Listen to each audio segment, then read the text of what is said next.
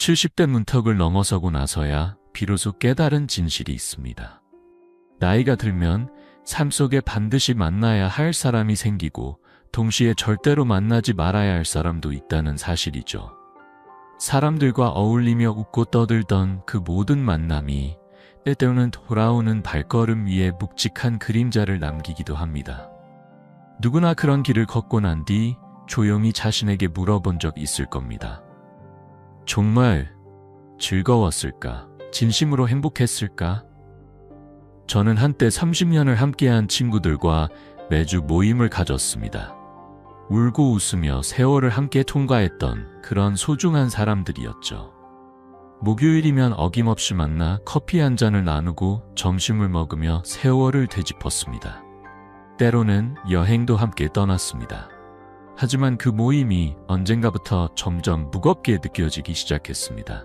무엇이 나를 지치게 했는지 처음엔 알지 못했어요. 집에 돌아오면 몸이 무겁고 가슴이 이상하게 텅 빈 듯 불편했거든요. 그 원인을 깨닫는 데에는 꽤 오랜 시간이 필요했습니다. 오늘 제가 전하고 싶은 이야기는 바로 제가 왜 그토록 오래된 인연들과의 관계를 스스로 정리하게 되었는지에 대한 것입니다. 이 경험은 단지 저만의 이야기가 아니라고 생각해요. 50대, 60대, 80대에 이르기까지 아마 많은 분들이 이와 비슷한 갈등과 고뇌를 겪고 계실 겁니다. 한 달에 한 번, 첫째 주 목요일이면 고등학교 동창 모임이 있었습니다. 익숙한 얼굴들, 나누는 수다는 여전히 정겹게 느껴졌습니다. 처음엔 그랬습니다. 그런데 어느 순간부터 대화의 방향이 서서히 변하기 시작했죠. 첫 번째 신호는 자식 이야기에서 나타났습니다. 영숙이 아들은 의사가 됐다더라. 미경이 딸은 판사야. 참 똑부러지게 컸지. 그런 말들이 웃음 속에 스며들 때마다 제 가슴 한쪽은 조용히 내려앉았습니다. 제 아들은 조용한 중소기업의 평범한 직장인이었거든요. 처음엔 다들 잘 돼서 좋지 뭐 하며 넘겼지만 점점 그 자리에서 나는 작아지고 부끄러워졌습니다. 두 번째는 돈 이야기였습니다. 요즘 강남 아파트 값이 또 뛰었다지? 우리 남편 제주에 펜션 하나 장만했어. 그런 말들이 아무렇지 않게 오가는 자리에 앉아있으면 문득 내 손에 쥔 낡은 지갑이 유난히 초라하게 느껴졌어요. 그러던 어느 날 친구 중 한 명이 물었습니다. 자야, 너희 집은 아직도 그 오래된 아파트야? 그 말 한마디가 마치 마음 깊은 곳에 바늘처럼 박혔습니다. 그때 처음으로 나는 그 모임이 더 이상 나를 위한 공간이 아니라는 것을 느꼈습니다.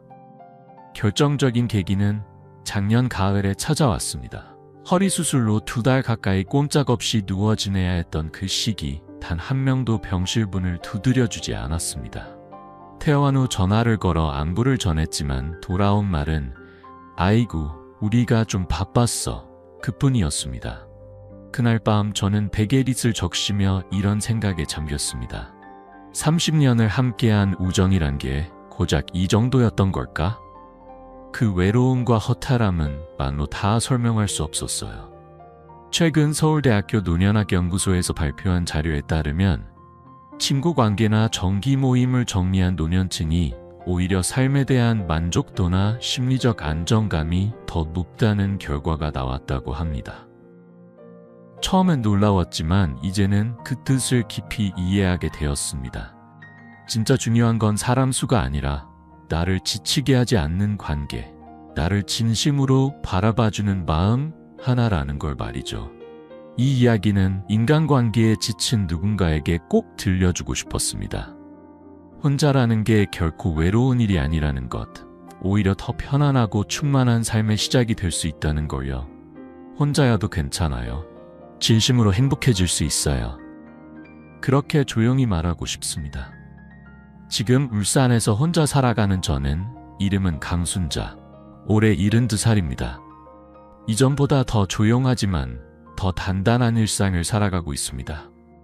제가 이 이야기를 꺼내게 된 건 누군가가 이 글을 통해 자신의 관계를 돌아보고 자신을 위한 선택을 할 수 있는 용기를 내주길 바라는 마음에서입니다. 이제는 나를 아프게 하지 않는 사람과만 함께하겠다는 결심. 그것이 제가 얻은 인생 후반의 가장 큰 자유이자 지혜입니다. 흘러내린 눈물을 감추며 돌아서던 그날의 기억은 아직도 마음 깊숙한 곳에 남아 있습니다.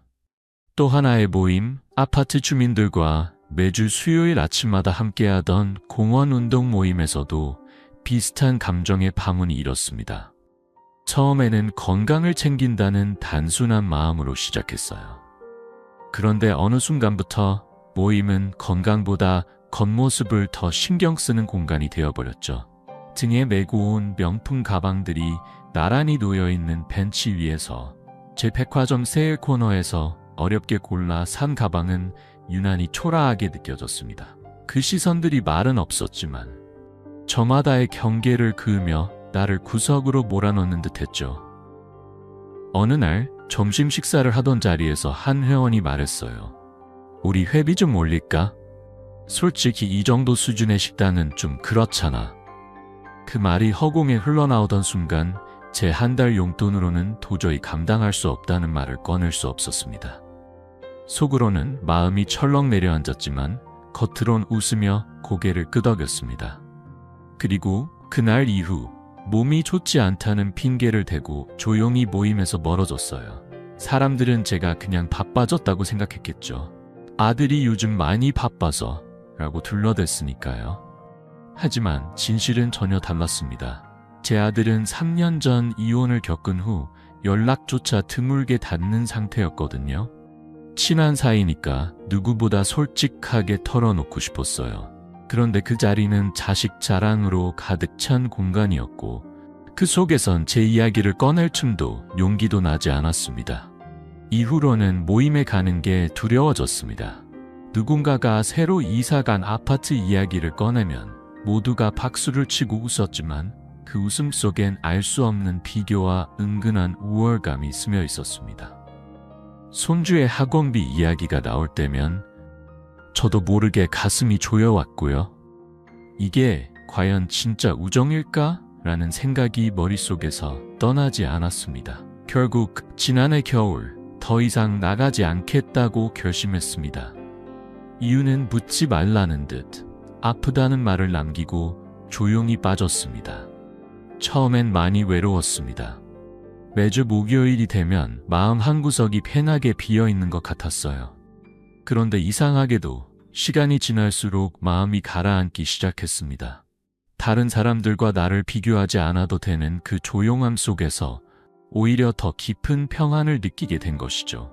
그제야 진짜 내 마음이 무엇을 원하는지를 돌아보게 되었습니다. 사람들과 어울리느라 미뤄두었던 서예를 다시 펼쳐들었고 매일 아침 공원을 산책하며 새소리를 듣는 일상에도 감사함을 느끼기 시작했어요. 혼자가 되니 오히려 귀가 열리고 마음이 투명해졌습니다. 혹시 여러분도 이런 적이 있으신가요? 오랜 친구들과의 만남이 어느 순간 부담으로 다가온 적, 돌아오는 길에 공허함만 남은 적이 있으신가요? 저는 그 감정을 너무도 깊이 이해할 수 있습니다.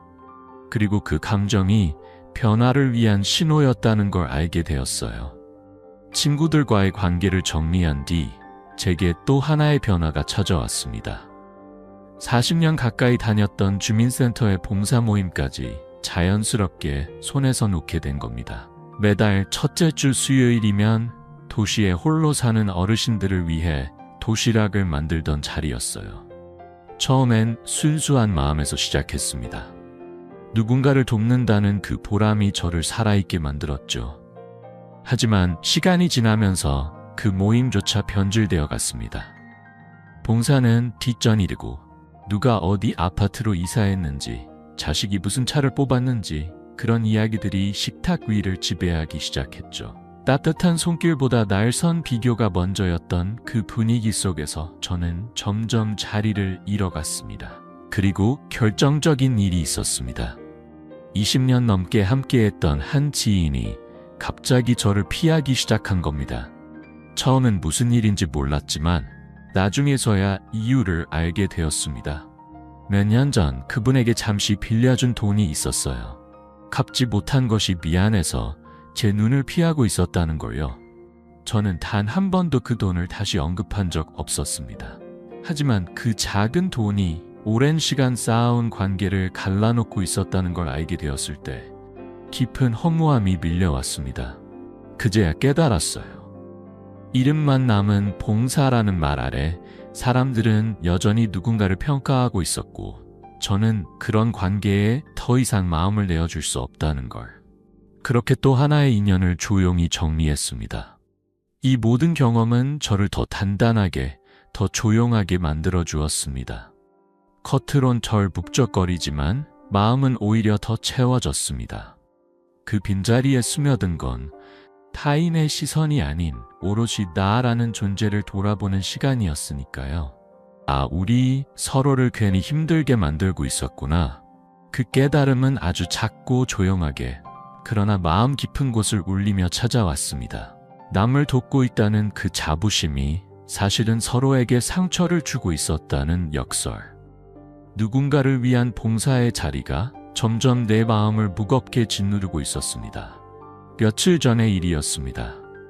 매년 이맘때가 되면 아파트 분여회에서는 독거 어르신들을 위해 김장을 담급니다. 처음엔 정이 넘치는 따뜻한 행사였어요. 그런데 언제부턴가 분위기가 조금씩 달라지기 시작했습니다. 나는 배추를 2번 절였어. 나는 양념을 밤새 준비했지. 도움의 손길은 여전했지만 그 안에는 보이지 않는 경쟁과 자랑이 점점 스며들고 있었습니다. 서로가 서로의 수고를 넘어서려 하고 공로를 앞다투어 내세우는 모습 속에서 진심은 점점 뒷자리에 밀려나고 있었죠.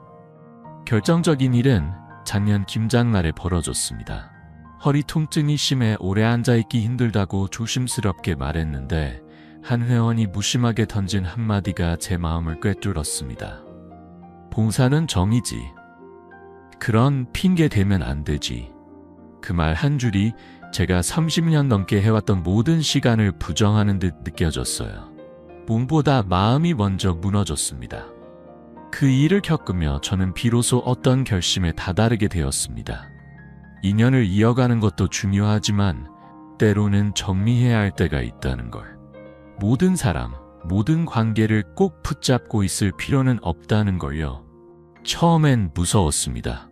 손에 남는 게 아무것도 없을까봐, 텅 빈 사람이 되어버릴까봐 두려웠습니다. 하지만 정말 놀라운 변화가 찾아왔어요. 불필요한 눈치에서 벗어나고 비교로 얼룩진 마음의 무게를 내려놓자 제 마음은 마치 오래된 방의 창문을 활짝 연 것처럼 환해졌습니다.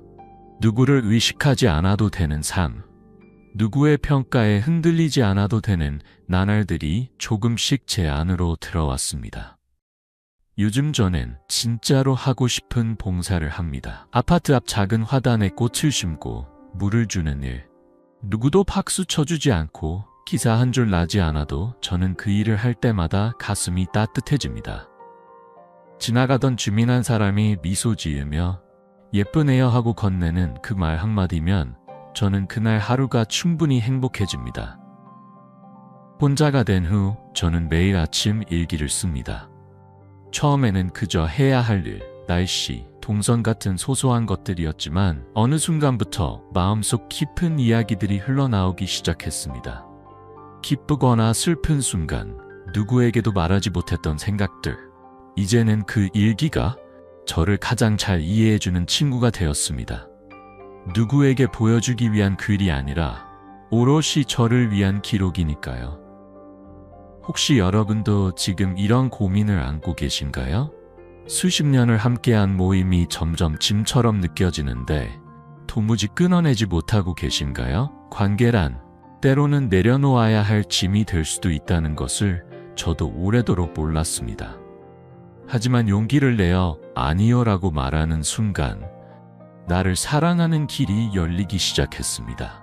진정한 관계는 의무감이나 오래된 정 때문이 아니라 서로를 있는 그대로 받아들이고 존중할 수 있을 때 비로소 편안해지는 것이었습니다. 그래서 저는 결심했습니다. 더 이상 나를 불편하게 하는 자리에 나서지 않기로. 처음엔 외롭고 낯설었습니다. 목요일마다 비어있는 시간, 가끔은 손이 허전했어요. 하지만 시간이 지나면서 마음이 이상할 만큼 편안해지기 시작했습니다. 더 이상 누군가의 삶과 나를 비교하지 않아도 되고 나만의 리듬으로 하루를 살아갈 수 있다는 것이 이렇게 가볍고 자유로운 일이었음을 그제야 알게 되었죠. 이제 저는 매일 아침 혼자 공원을 걷습니다. 새들의 노래에 귀 기울이고 바람의 냄새를 느끼며 천천히 걸어요. 도서관에서 빌린 책을 읽고 베란다의 작은 화분에 물을 주는 일상이 저를 채워줍니다. 누구도 모를, 그러나 저에겐 가장 특별한 하루들이에요. 혹시 지금 이 글을 읽으며 마음속 깊이 무거운 고민을 품고 계신가요? 오랜 관계가 부담스럽고 괴로운데도 그 익숙함을 끊어내지 못하고 계신가요? 그렇다면 조심스레 말씀드리고 싶습니다. 때로는 용기 있게 부드럽게 아니요 라고 말하는 것, 그것이 바로 나를 존중하는 첫걸음일 수 있습니다. 다음 이야기에서는 그렇게 홀로 걷게 된 길 위에서 제가 새롭게 발견한 작은 행복들을 나눠보려 합니다. 누구와도 닮지 않은 오직 나만의 행복의 풍경을 들려드릴게요. 오늘은 제가 어떻게 자녀들과의 관계를 다시 처음부터 새롭게 쌓아가기 시작했는지를요. 친구들과의 관계가 하나둘 멀어지기 시작하면서 저는 알게 모르게 자식들에게 더 많은 기대를 걸고 있었던 것 같습니다. 내가 놓친 정서적 공백을 어쩌면 자녀들에게서 채우려 했던 거겠죠. 특히 오랜 친구들과의 모임을 스스로 접고 나서부터는 자녀들을 향한 저의 감정이 점점 집착에 가까워졌습니다. 주말엔 꼭 집에 와야지. 왜 요즘 연락이 뚝 끊겼니? 어느새 이런 말들이 제 입버릇이 되어 있었고, 딸아이에게는 하루에도 몇 번씩 전화를 걸고, 아들에겐 이제 결혼할 때 되지 않았니? 하고 잔소리를 반복했습니다. 그리고 결정적인 사건은 바로 지난 추석이었습니다. 며칠 전부터 장을 보고 정성껏 음식을 준비했어요. 아이들이 좋아하는 약과도 직접 만들었죠. 그 정성은 사랑이자 기대였고, 기대는 곧 마음의 무게였습니다. 그런데 딸은 친구들과 약속이 있어서 잠깐 들렀다 갈게요. 아들은 요즘 너무 피곤해서 라며 음식을 조금 집어먹고는 금세 일어나더군요. 그날 밤 모든 음식이 남겨진 채 덩그러니 남겨진 거실에서 혼자 앉아 있었습니다. 텅 빈 방 안에서 저를 가득 채운 건 서운함이 아니라 질문이었어요. 나는 왜 아이들을 이렇게 붙들고 있는 걸까? 그 순간 친구들과의 모임에서 느꼈던 그 뾰족한 감정들이 스쳐갔습니다. 친구들의 자녀 자랑에 속이 상했던 저처럼 내 아이들도 아마 나에게서 비슷한 감정을 느꼈을지도 모른다는 걸요. 그 다음날 저는 마음을 다잡고 딸에게 전화를 걸었습니다. 엄마가 미안해. 엄마 인생도 아닌데 너 인생에 자꾸 간섭해서. 그 말을 들은 딸은 한참을 말이 없더니 울먹이며 말했습니다. 엄마, 저도 죄송해요. 엄마 기대에 늘 못 미치는 것 같아서. 그날 우리는 처음으로 마음 깊숙한 곳에서 진심을 나눴습니다. 감정의 벽이 조용히 무너져 내리는 순간이었어요. 아들과는 조금 다른 방식으로 접근했습니다. 저는 그에게 말했어요. 일주일에 한 번, 네가 편한 시간에 엄마랑 밥 한 끼 하자. 처음에는 서로 어색해서 말수가 적었지만 어느새 자연스럽게 웃음이 오가고 그는 처음으로 자신의 연애 이야기를 꺼내더군요. 그 순간 저는 깨달았습니다. 조용히 기다리는 사랑이 훨씬 더 멀리 가닿는다는 걸요. 특히 기억에 남는 건 지난달 어느 날 딸이 조심스럽게 찾아와 말하던 순간입니다. 엄마, 나 회사 그만두고 카페 하나 차리고 싶어. 예전 같았으면 그 안정적인 직장을 왜? 너 지금 무슨 생각하는 거니? 라고 꾸짖었을 텐데 이번엔 다르게 말했어요. 그게 네가 진심으로 원하는 길이라면 엄마는 응원할게. 내 인생이 아니라 너의 인생이니까. 그 말에 딸의 눈동자가 촉촉히 빛났고 저는 그 빛을 잊을 수 없습니다. 아들 역시 자신이 재혼을 고민 중이라고 털어놓았을 때 저는 예전처럼 이혼한 사람하고는 안 돼라며 잘라 말하지 않았습니다. 대신 말했죠. 너의 행복이 가장 중요해. 엄마는 네가 편안하고 따뜻한 삶을 살았으면 좋겠어. 그 말을 들은 아들은 며칠 뒤 처음으로 자신의 예비 신부를 저에게 소개하겠다며 웃었습니다. 물론 아직도 걱정은 있습니다. 딸이 창업한 카페는 잘 될까? 아들의 두 번째 결혼은 무사히 흘러갈까? 그러나 이제는 압니다. 그 걱정마저도 조심스럽게 다뤄야 한다는 것을. 내 불안이 아이들의 삶에 그림자를 들이울 수도 있다는 사실을요. 그래서 요즘 저는 자녀들과 함께할 때 3가지 원칙을 지킵니다. 첫째, 조언은 아이가 원할 때에만 건넵니다. 둘째, 절대 남의 아이와 비교하지 않습니다. 셋째, 내 불안과 걱정을 자식에게 전가하지 않습니다.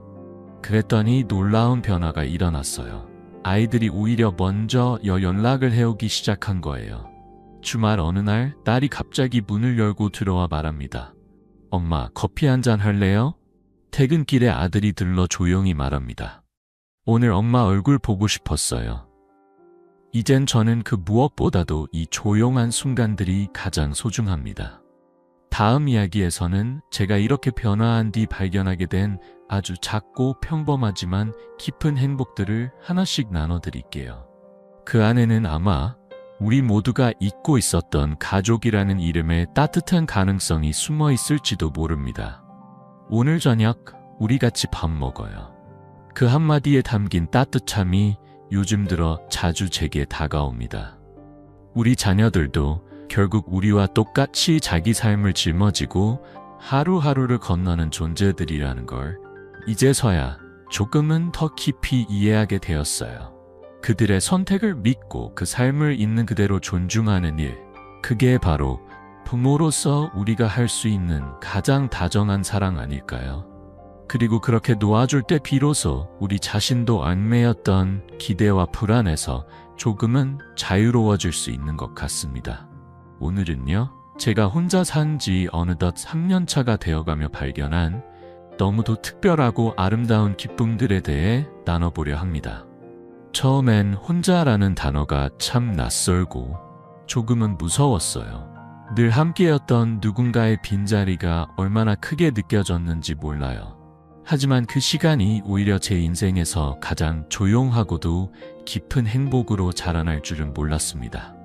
혼자 살기 시작하면서 제가 제일 먼저 한 일은 공간을 다시 꾸미는 것이었어요. 20년 넘게 제 자리를 지키던 커다란 장롱을 처분했습니다. 그 자리에 조용히 작고 단정한 책상을 하나 들여놓았죠. 이전에는 상상도 못했던 일이에요. 남편이 생전에 사용하던 자리를 건드린다는 것 자체가 어쩐지 죄스럽게 느껴졌으니까요. 하지만 지금 그 책상은 오롯이 저만의 공간이 되었고 그곳에서 저는 매일 일기를 씁니다. 처음엔 평범했어요. 오늘은 된장찌개를 끓였다. 마트에 다녀왔다. 그냥 일상을 옮겨 적는 정도였는데 어느 날 문득 속마음이 흘러나오기 시작하더군요. 딸에게 전화했는데 받지 않아 서운했다. 옆집 할머니가 인사도 없이 지나가셔서 괜히 마음이 서글펐다. 그런 소소한 감정들을 솔직히 적기 시작하면서 마음 한켠이 참 가벼워졌습니다. 누구의 눈치도 보지 않고 지금 내가 느끼는 그대로의 감정을 인정하게 되면서요. 두 번째 변화는 베란다에서 시작됐습니다. 작은 플라스틱 화분 하나에 상추 씨앗을 심었죠. 처음엔 쉽게 시들어버려 낙심했지만 유튜브를 보며 하나하나 배워가다 보니 이제는 제 베란다가 작은 초록 텃밭이 되었어요. 상추, 방울토마토, 고추까지 제 손으로 키운 채소를 식탁에 올리면 참말로 뿌듯하고 감사한 마음이 절로 피어납니다. 무엇보다 손주들이 찾아와 할머니, 이 토마토 진짜 맛있어요. 사 먹는 거랑 다르다 라고 말할 때면 제 가슴은 말로 다 못할 벅찬 감정으로 가득 차올라요. 세 번째로 바뀐 건 혼자 밥을 먹는 그 시간을 귀하게 여기 되었다는 겁니다. 예전엔 대충 끼니를 때우거나 반찬 하나 없이 냉장고에서 대충 꺼낸 걸로 때우기 일쑤였어요. 그런데 요즘은 달라졌습니다. 예쁜 접시에 밥을 곱게 담고 정성껏 차려놓은 밥상 앞에 앉아 있으면 저도 모르게 웃음이 납니다. 아침이면 거울 앞에 서서 머리를 단정히 빗고 연한 립스틱도 바릅니다. 혼자 먹는데 뭐하러 그래? 라고 말하는 분들도 계시겠지만 저는 이게 저를 소중히 여기는 방식이라고 생각해요.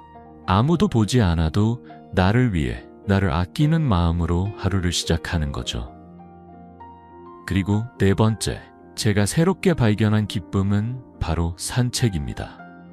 매일 아침 6시가 되면 눈을 뜨고 동네를 한 바퀴 천천히 걷습니다. 혼자 걷는 길이 처음엔 외롭고 낯설었지만 이젠 그 시간이 기다려질 만큼 소중해졌어요.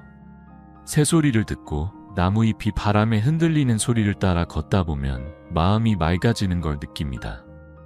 얼마 전부터는 산책하면서 휴대폰으로 사진도 찍기 시작했어요. 이슬이 맺힌 풀잎, 아침 햇살에 반짝이는 벤치, 길가의 들꽃, 머리 위로 흐르는 구름들. 예전에는 무심코 지나쳤던 것들이 이젠 모두 아름다움이 되어 다가옵니다.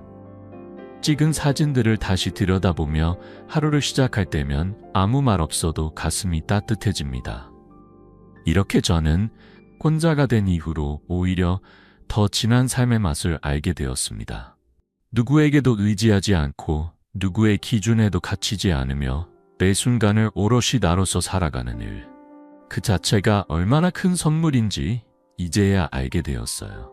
그리고 이 기쁨을, 이 감정을 당신과 나누고 싶었습니다. 절로 미소가 번집니다. 정말이에요. 예쁜 그릇에 차를 따라 놓고 창밖으로 흐르는 비를 바라보는 저녁이면 그래요, 여전히 조금은 외롭습니다. 특히 빗소리가 마음 깊은 곳을 두드리는 날이면 그 조용한 외로움이 더 진하게 다가오기도 하죠. 하지만 이제는 그 외로움조차도 피하지 않게 되었습니다. 그저 따뜻한 찻잔을 손에 쥐고 빗방울이 유리창을 두드리는 소리를 들으며 스스로에게 속삭입니다. 이런 날도 있는 거지. 괜찮아. 이건 나의 저녁이야. 혼자 사는 것이 외롭기만 하다는 생각. 예전엔 저도 그랬습니다. 하지만 살아보니 아니에요. 그건 오히려 더 자유롭고 때로는 눈물나게 풍요로운 시간이 되기도 하더라고요. 누구의 눈치도 기대도 비교도 없는 시간. 오롯이 나라는 존재를 위해 존재하는 하루하루가 얼마나 귀하고 소중한지 이제는 몸으로 마음으로 알게 되었습니다. 혹시 지금 이 글을 읽는 당신도 혼자 살고 계신가요? 혹은 언젠가 혼자 남게 될까봐 막연한 두려움에 마음이 조용히 흔들리고 계신가요? 그렇다면 제가 조용히 그러나 단단히 전해드리고 싶어요. 괜찮아요? 정말 괜찮습니다. 우리는 혼자서도 충분히 행복할 수 있고 어쩌면 더 넉넉하고 충만한 삶을 살 수 있어요. 제가 72세에 오래도록 이어온 친구 관계를 정리하고 난 뒤 제 삶의 뜻밖의 새로운 만남들이 조용히 들어오기 시작했습니다. 첫 시작은 늘 지나치던 아파트 앞 작은 공원이었어요. 매일 아침 6시, 저는 조용히 혼자 그 길을 걸었습니다. 그러던 어느 날 익숙한 시간에 늘 운동을 하시던 할아버지 한 분이 먼저 말을 걸어오셨어요. 아침마다 뵙네요. 커피 한잔 하실래요? 솔직히 처음엔 망설였습니다. 혹시나 예전 친구들처럼 자식 자랑이나 돈 이야기가 나오진 않을까, 괜히 마음이 무거워지진 않을까 걱정이 앞섰죠. 하지만 그분은 달랐습니다. 그저 오늘 날씨가 어땠는지, 공원에 어떤 꽃이 피었는지 이야기하셨어요. 자식 자랑은커녕 오히려 자녀들과의 어려움을 솔직하게 털어놓으시더라고요. 이제는 매일 아침 공원 벤치에서 그분과 커피를 나누는 시간이 저의 일과가 되었습니다. 서로의 건강을 묻고 간단한 반찬을 나누어 먹으며 말없이 있어도 마음이 따뜻해지는 그런 시간이요. 오가는 대화가 특별하진 않지만 같이 있음이라는 그 자체가 큰 위로가 됩니다. 두 번째 인연은 도서관에서 만났습니다. 매주 화요일 시니어 독서 모임에 참여하게 되었고 그곳에서 만난 분들은 정말 특별했어요. 누구도 자신의 인생을 과시하지 않았고 그저 읽은 책에 대한 생각을 나누며 서로의 삶 이야기에 조용히 귀를 기울여 주었습니다. 특히 제 마음을 깊이 울렸던 건 한 회원의 말씀이었어요. 우리는 이제 남들과 비교할 나이는 지났어요. 그냥 서로의 이야기를 들어주는 것. 그게 지금 우리가 할 수 있는 가장 값진 선물 아닐까요? 그 말이 제 가슴에 조용히 내려앉았고 긴 시간 동안 마음을 따뜻하게 감싸주었습니다. 세 번째 인연은 복지관 서예반에서 시작됐습니다. 처음엔 단순히 붓글씨를 배우고 싶어서 발을 들였는데 시간이 흐르면서 글씨보다 더 깊은 마음의 이야기들을 나누게 되었어요. 먹물을 갈고 붓을 들며 우리는 서로의 아픔과 기쁨을 나눴습니다. 때론 눈물로, 때론 웃음으로. 특히 잊지 못할 일은 지난 겨울에 있었어요. 감기에 걸려 며칠 서예반에 나가지 못했는데 다음날 반 친구들이 따뜻한 죽과 귤 한 봉지를 들고 집으로 찾아오셨습니다. 보고 싶어서 왔어요. 걱정됐어요. 30년 우정을 함께한 친구들도 해주지 않았던 일들을 이 새로 만난 사람들은 아무 망설임 없이 해주더군요. 그 따뜻함이 오래도록 제 마음에 남았습니다.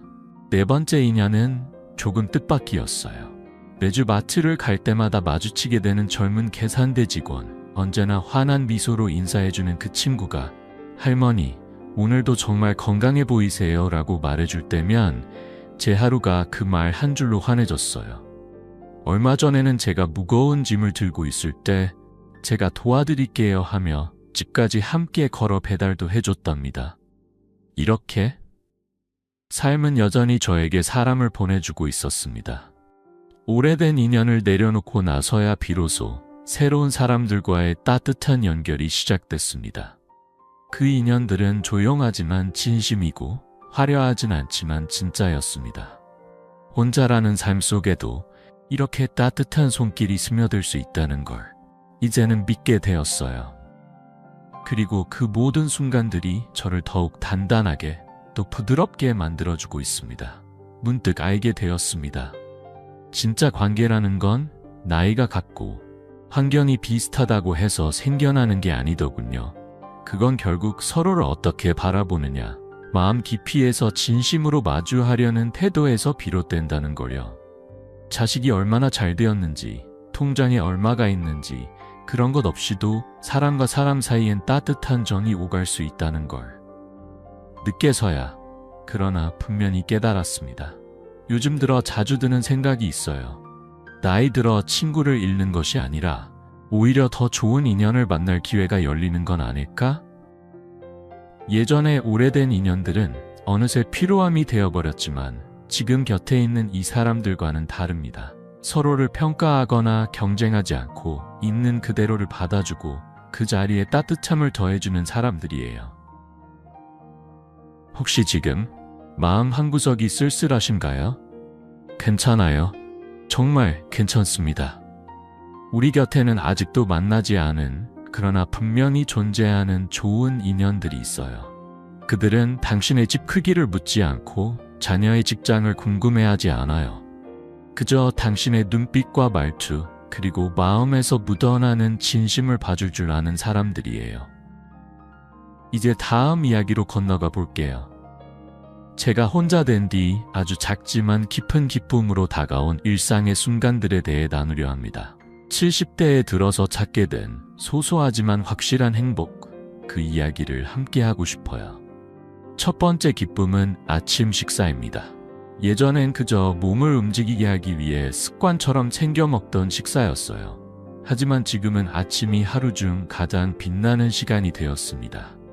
새벽 6시, 알람보다 먼저 눈을 뜨고 거울 앞에 앉습니다. 머리가 눈에 띄게 길어지면 곱게 염색을 하고 눈썹도 정갈하게 그려넣죠. 누군가는 묻습니다. 혼자 사는데 뭐하러 그렇게까지 해요? 저는 이렇게 대답해요. 저를 위해서예요. 누군가가 아닌 오롯이 나 자신을 위해서요. 식탁 위엔 조그만 꽃병을 하나 두었습니다. 시장 구석에서 1,000원이면 살 수 있는 계절꽃 한 다발을 사와 매주 새롭게 꽂아둡니다. 정갈한 접시에 반찬을 올리고 손수지은 따끈한 밥 한 공기. 혼자라고 대충 먹는 법은 없습니다. 오히려 더 정성을 쏟게 되죠. 햇살이 부드럽게 내려앉는 창가에 앉아 그 따뜻한 아침을 음미하는 순간 그때가 하루 중 가장 행복한 시간입니다. 두 번째는 작은 베란다 정원입니다. 처음엔 고작 상추 2폭이었어요. 하지만 시간이 지나면서 방울토마토, 고추, 파프리카까지 하나둘 늘어났습니다. 이 작은 화분들 덕분에 저는 매일 아침 살아있는 생명을 돌보는 기쁨을 배워가고 있어요. 식물을 키우며 가장 크게 느낀 건 사람도 식물과 다르지 않다는 거였어요. 씨앗 하나 심고 물을 주고 해가 잘 들게 자리를 옮겨주고 그렇게 기다리는 시간 속에서 꽃도 피고 열매도 맺히듯 우리 마음속 상처도 결국은 이렇게 천천히 회복되어 가는 거 아닐까요? 저는 매일 아침 화분에 물을 주며 제 마음에게도 말을 걸어요. 괜찮아, 잘하고 있어. 오늘도 참 예쁘다. 그 말들이 흘러가는 하루에 작은 등불처럼 따뜻하게 빛나주곤 합니다. 세 번째는 산책길에서 얻은 기쁨입니다. 매일 똑같은 길을 걸어도 늘 새로운 것이 눈에 들어와요. 어제는 없던 민들레가 길가에 피었고 처음 보는 이웃과 눈인사를 나누게 되기도 하죠. 그 무엇보다 제가 가장 좋아하는 순간은 아파트 놀이터에서 아이들을 마주칠 때입니다. 할머니, 안녕하세요. 맑고 또렷한 그 목소리들이 마음 한복판에 쏙 들어옵니다.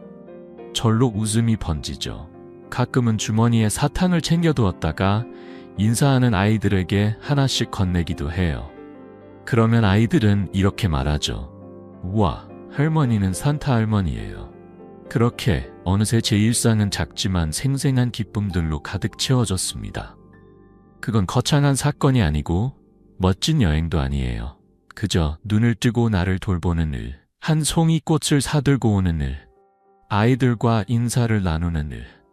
그 모든 순간들이 지금의 저를 조금씩 더 따뜻하게, 더 단단하게 만들어주고 있습니다.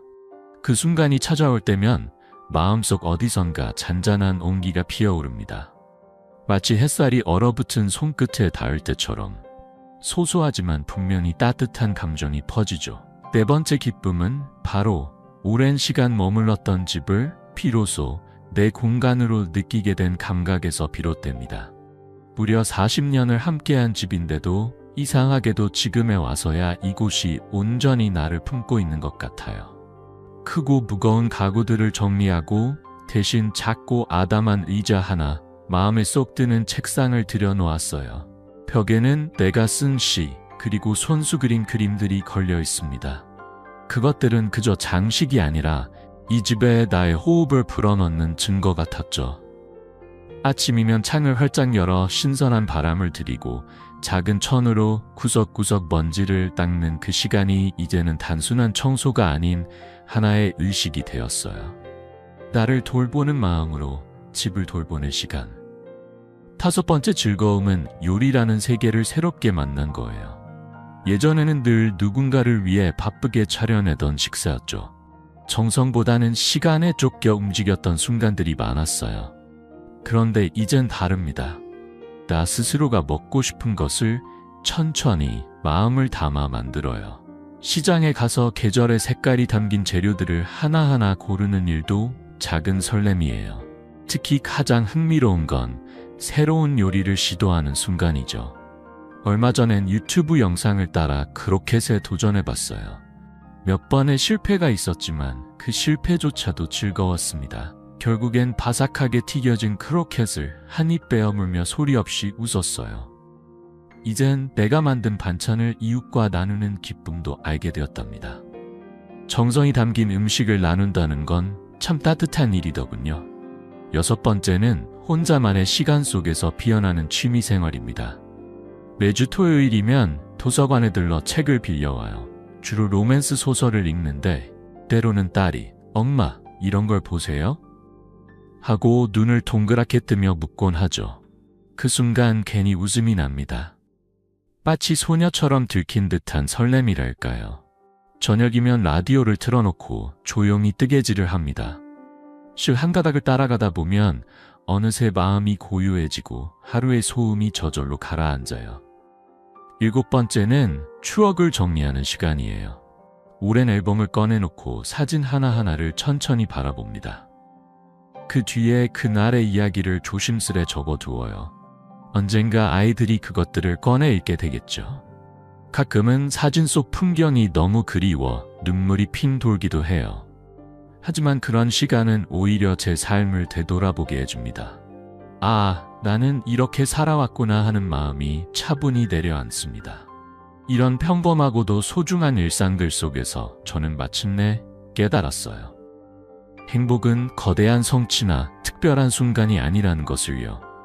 아침에 눈을 떠 커튼을 열고 작은 화분에 물을 주고 하루의 식사를 준비하는 그런 평범한 순간들이 모이고 모여 하루를 행복하게 만든다는 사실을요.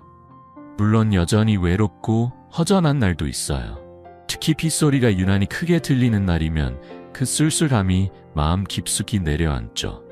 하지만 이제는 알아요.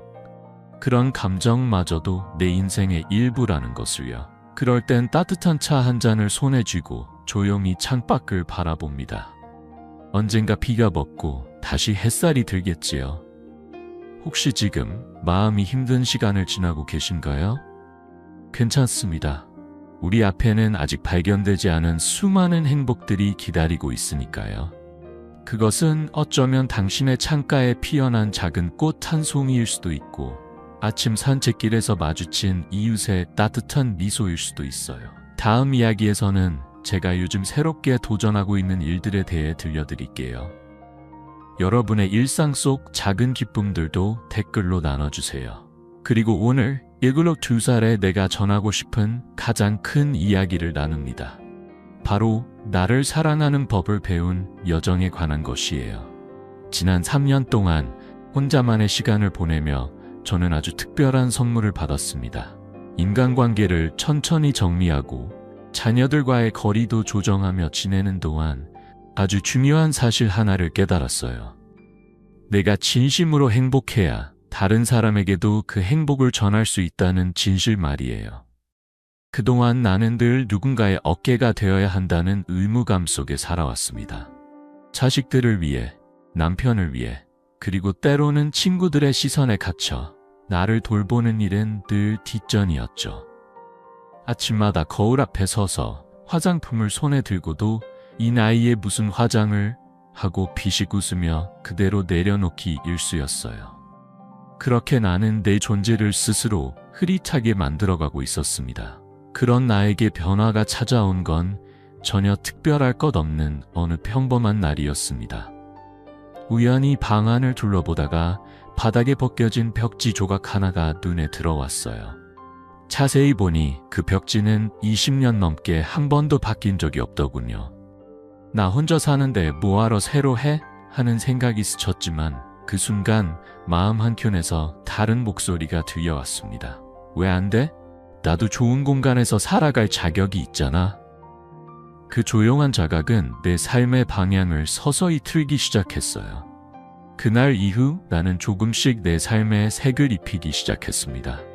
오래된 벽지를 떼어내고 햇살이 더 잘 반사될 것 같은 환한 색으로 바꾸었어요. 낡고 무거웠던 이불도 말끔히 정리하고 새롭고 가벼운 이불로 침대를 감쌌습니다.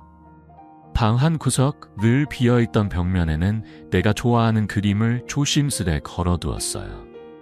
아침에 눈을 뜨면 가장 먼저 그 그림이 시야에 들어오는데 그 따뜻한 풍경 하나가 하루의 시작을 다정하게 밝혀주더군요. 옷장도 바뀌었습니다. 남편이 생전에 즐겨 입던 검은 옷들을 조용히 정리하고 대신 은은한 파스텔 색감의 옷들을 하나둘 들였습니다. 처음에는 동네 어르신들의 시선이 부담스러웠던 것도 사실이에요. 저 나이에 왜 저런 색을 이라는 속삭임이 들리는 듯했지만 이제는 그런 시선이 중요하지 않다는 걸 압니다.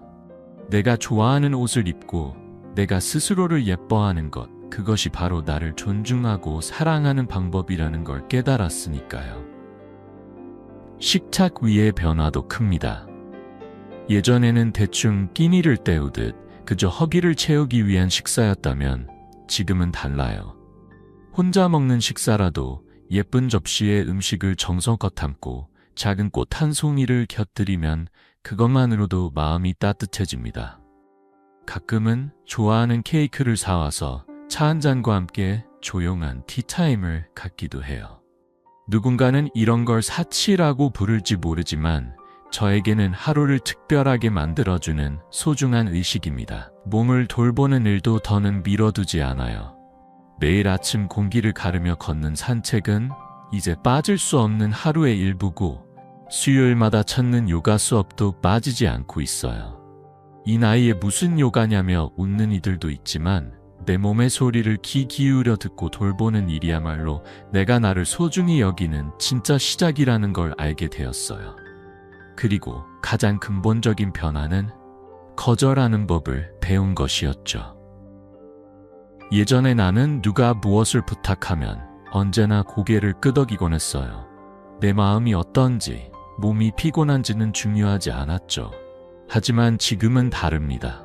이제는 오늘은 좀 힘들어요 라고 솔직하게 말할 수 있게 되었어요. 처음엔 입 밖에 꺼내는 것도 어색했지만 시간이 지나면서 그 말이 나를 지켜주는 방패가 되어주더군요. 자식들과의 관계 또한 변화를 맞이했어요. 엄마는 우리가 있잖아요 라는 말에 의지하며 살아오던 예전과 달리 이제는 내가 먼저 나의 삶을 풍요롭게 꾸려가고 있어요. 그렇게 내가 행복한 모습을 보여주니 오히려 아이들이 더 자주 먼저 연락을 해옵니다. 며칠 전 딸아이가 문득 이런 말을 했어요. 엄마, 요즘 더 밝아졌어요. 훨씬 행복해 보여요. 그 말을 들었을 때 가슴 한쪽이 찡하게 울렸습니다. 이제는 분명히 알 수 있어요. 진정한 사랑은 누구보다 먼저 나 자신을 아끼는 것에서부터 시작된다는 사실을요. 내가 나를 보살피고 존중하지 않으면 그 어떤 사랑도 완전해질 수 없다는 걸요. 나는 지금 72년이라는 시간을 살아내며 뒤늦게나마 아주 값진 진실 하나를 온몸으로 받아들이게 되었습니다. 그리고 그 깨달음은 바로 이 순간 이 글을 읽고 있는 여러분에게도 전하고 싶습니다. 지금 이 순간이 바로 여러분의 삶을 다정히 바꾸기 시작할 수 있는 가장 좋은 때라는 거예요. 거울 앞에 조용히 서보세요. 그리고 눈을 맞추듯 자신을 바라보며 마음속에 조용히 물어보는 거예요. 나는 지금 나 자신을 얼마나 사랑하고 있나요? 라는 질문을요. 나이가 들었다는 이유로, 곁에 누군가 없다는 이유로 모든 걸 내려놓아야 한다고 생각하지 마세요. 어쩌면 바로 지금 이 순간이야말로 가장 진실한 자기 사랑을 시작하기에 딱 좋은 때일지도 모릅니다. 우리는 오랜 시간 동안 타인을 위해 살아왔습니다. 가족을 위해, 사회를 위해, 남들의 기대에 맞추기 위해 자신을 조금씩 깎아내며 살아왔죠. 하지만 이제는 그 방향을 조금 바꿔보면 어떨까요? 조금은 이기적으로, 조금은 솔직하게 나를 위한 삶을 시작하는 거예요. 예쁜 옷을 입고 내가 좋아하는 음식을 천천히 음미하며 하고 싶었던 일들을 하나씩 해보는 거예요. 처음엔 어색할지도 모르지만 그렇게 스스로를 보듬다 보면 놀라운 일이 벌어질 거예요. 나를 향한 따뜻한 시선과 마음이 어느샌가 주변 사람들에게도 전해지고 내 일상 전체가 사랑으로 물들어가게 되는 거죠. 이제 제가 매일 아침 거울 앞에 설 때마다 자신에게 속삭이는 말을 여러분과 나누고 싶어요. 강순자 씨, 오늘도 참 예뻐요. 오늘도 스스로를 사랑하며 행복한 하루 보내요. 이 한마디가 저를 하루 종일 따스하게 감싸줍니다. 부디 여러분의 인생에도 이런 진심 어린 자기 대화가 피어나길 바랍니다. 긴 이야기였지만 끝까지 귀 기울여 주셔서 진심으로 감사드립니다. 여러분의 이야기도 꼭 들려주세요. 댓글로 여러분이 찾은 작은 행복, 삶의 기쁨, 그리고 나를 사랑하는 법을 함께 나눠주세요. 우리 함께 서로를 응원하며 아름다운 노년의 장을 써내려가 봐요. 그리고 마지막으로 제가 오랫동안 아껴왔던 시 한 구절을 나누며 이 이야기를 마무리하려 합니다.